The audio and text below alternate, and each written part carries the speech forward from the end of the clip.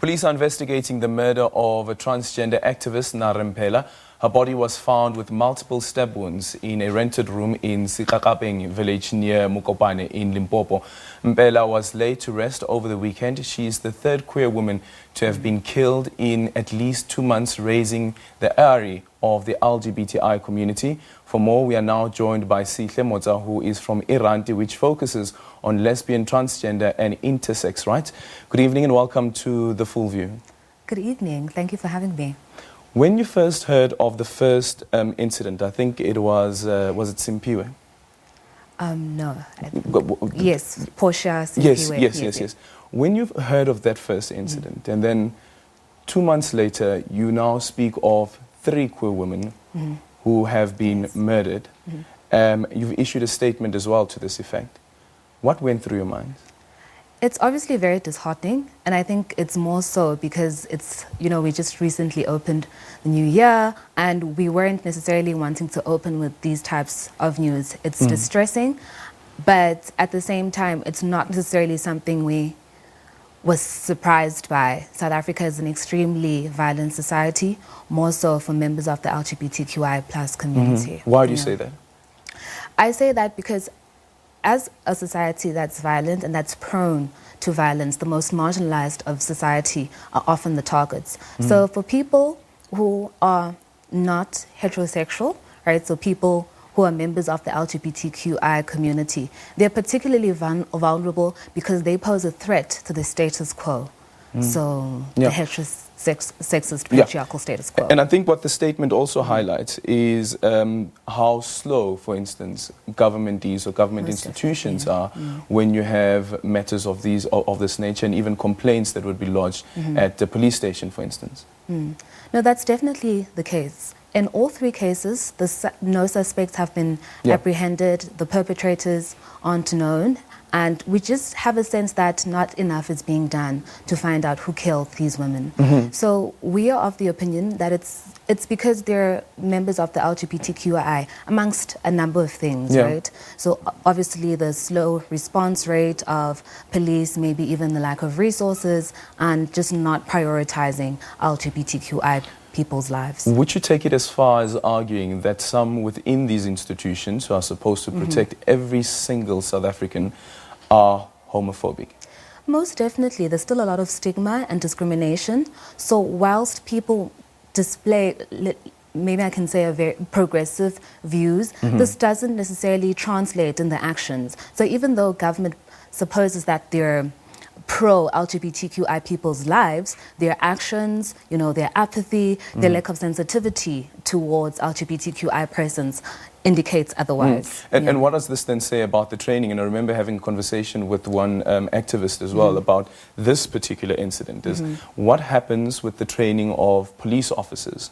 Do police officers understand fully what the LGBTIQ plus community goes through? Do you get that sense at all? I think they do, but what the problem is that they lack the sensitivity, so they're not able to empathize, right? So they deem this as justified because, like I said earlier, LGBTQI people pose a threat to the dominant status quo. Therefore, they're being punished or they're being regulated, if I may say that. I wonder, do you think that, for instance, the South African Human Rights Commission should do an investigation into how police are treating people or members of the LGBTIQ community? Because in one of the tweets on your timeline, on IRANTI's timeline, there is a person here from the South African Human Rights Commission, Victor, who spoke about the Human Rights Commission can assist you with your cases if the police fail you. Call us on South Africans. We call on South Africans to lead and contact the South African Human Rights Commission when they need help. Even though I think it may be worthwhile, I am personally very apprehensive. I think there's been a lot of research conducted around police response to LGBTQI plus persons. And at this point, I really do think that that research needs to be retrieved. And that could be sort of the way to get a sense of what's going on, right, and get a sense of LGBTI. At a legislative level, do you think that there could be some intervention? Already, there are a number of interventions that have been proposed, but what we're seeing is that there's a lack of implementation. So while these legislation, this policy exists, it's not necessarily being implemented in a way that benefits the LGBTQI plus community. And when you speak to their families, what do the families say? So obviously the families are distraught. They feel that they've been let down. They feel like their cases aren't being prioritized because their children aren't being privileged as South African citizens. They're not being afforded the full rights, the full spectrum of human rights in terms of the Constitution. Yeah. And from a media's perspective, though, do you think that as the media, we are failing somewhere in in highlighting the plight of the LGBTIQ community? Because I'm thinking about the about Nare's story specifically, and it wasn't big news. It was just various publications that, that carried the story.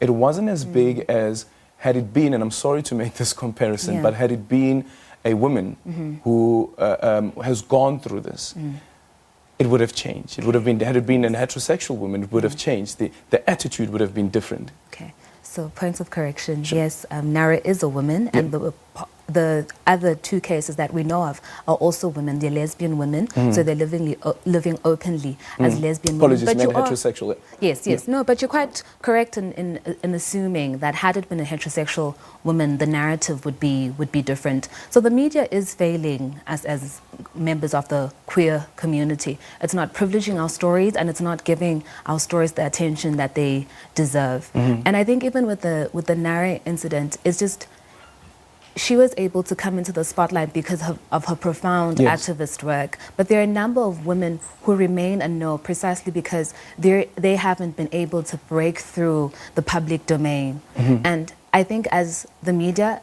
it's very important that you uncover those stories. It shouldn't necessarily be the stories that are readily available. There must be a concerted effort to find out what's going on in queer people's lives, how are they being treated, not only by the police, but by institutions and members of the public. It shouldn't necessarily be the stories that are popular that continue to gain traction. Sihle, thank you so much for your time. And thank you for having me. Appreciate it. Sihle Motsa there from IRANTI joining us here in studio. Let's move over to this.